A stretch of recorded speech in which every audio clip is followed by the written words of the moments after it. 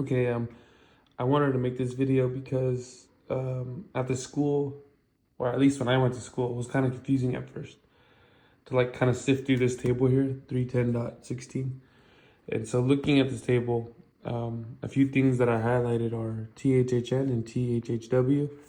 And I also wrote down some codes for this section and this section. Maybe this is widely known, but a lot of the students we work with at the school, they don't really know this, and I didn't know this at one point either.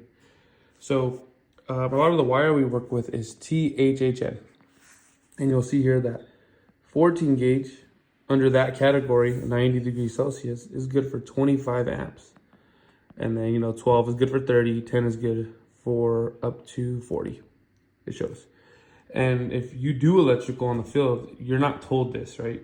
You're told 14 is good for 15 amps, 12 is good for 20 amps, 10 is good for 30 amps. And you can see where you get that information from. And I kind of wanted to go a little bit deeper into that. So I have some MC cable here, some Romex cable, and some wire.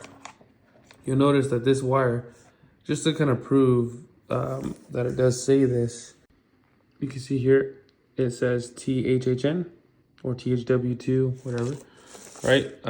This is NMB cable, this is MC cable. And we can see here, just look in the code book, this C cable, MC. And you can see here in this section, if you read right around there, insulated conductors in sizes 18 and 16 gauge shall be listed, a type listed in table 402.3 with a maximum operating temperature of not less than 90 degrees Celsius as permitted by 723 and .49. Conductors larger than 16 shall be a type listed in table 310.4a or of a type listed for use as MC cable, right? And then if we look at NM cable here, NM cable, it shows your ampacity. The ampacity of NM and NMC cable shall be determined in accordance with table 310.14. The ampacity shall not exceed that of 60 degrees Celsius. Rated conductor, the 90 degrees shall be permitted to be used for ampacity adjustment correction factors. And so I guess the point I'm trying to make is, if you were to look at this table without any prior context, right? If you're a new starting electrician or whatever the case is, you would assume, based off what the wire says and what this says and what this says, maybe not so much this, since it kind of tells you 60 degrees Celsius, but you would assume here, this table, right? 90 degrees Celsius. And so you would say, okay, if I look at the code book, 14 is good for 25 amps. And if you read through this section, it would eventually show you where to go to get your real ampacity or to get the real temperature adjustment. But just to save you some time here, Article 110.14, electrical connections.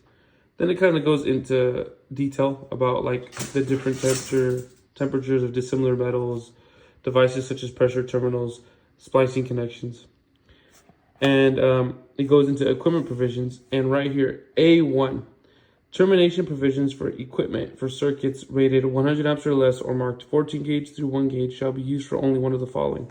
The first one says conductors rated 60 degrees Celsius. So essentially what it's saying is if you have 14 gauge wire through 1 gauge wire, it will be rated for 60 degrees Celsius. The second line here, conductors with higher temperature ratings provided that such conductors is determined based on 60 degrees Celsius. So it's basically saying it does not matter if your wire is good for 90 degrees Celsius or 75 degrees Celsius. If your wire is 100 amps or less or 14 gauge through 1 gauge, you have to look at the ampacity on the 60 degrees Celsius table. And this is where that comes from. Now, where it doesn't go in, it kind of briefly explains it here. Where it doesn't go too much in depth is the why. Like, why do we use this table here? Why is 14 gauge wire only good for 15 amps if THHN is in the 90 degrees Celsius column? Well, if you go look at your breakers in your home, you'll see that they're rated, like 60 to 75 degrees Celsius, right? If you look at your breakers. If you go look at certain connections or terminals, they'll tell you 75 degrees Celsius. And I guess the bigger, broader point is, at least my interpretation, is that you don't know the ampacity, you don't know the temperature rating of your wire nuts, you don't know the temperature rating of your Wagos, you don't know the temperature rating of a lot of the things in the electrical system that you install. For all you know, there could be some receptacle down the line that's not rated for 90 degrees Celsius. So we always have to assume the lowest degree Celsius, right? At least for 14 gauge through 1 gauge wire to be safe, so that you don't burn anything out in the circuit. Because for all you know, the wire might be good, but you might burn out a breaker downstream, or upstream, I should say. And so I kind of wanted to go over that to kind of make this a little more simple. And so if you look here on the table, I wrote down, and to be fair, I copied it. I saw some video a while back, and honestly, he doesn't even go in depth. On his table, he has these written down. So I looked deeper into it, and then I found that, and everything kind of clicked. 110.14 C1A for 6 degrees Celsius, which is the code reference we just read. And then 110.14 C1B, which is essentially saying if you have wire above 1 gauge and 100 amps or more, you can then assume the 75 degrees Celsius column.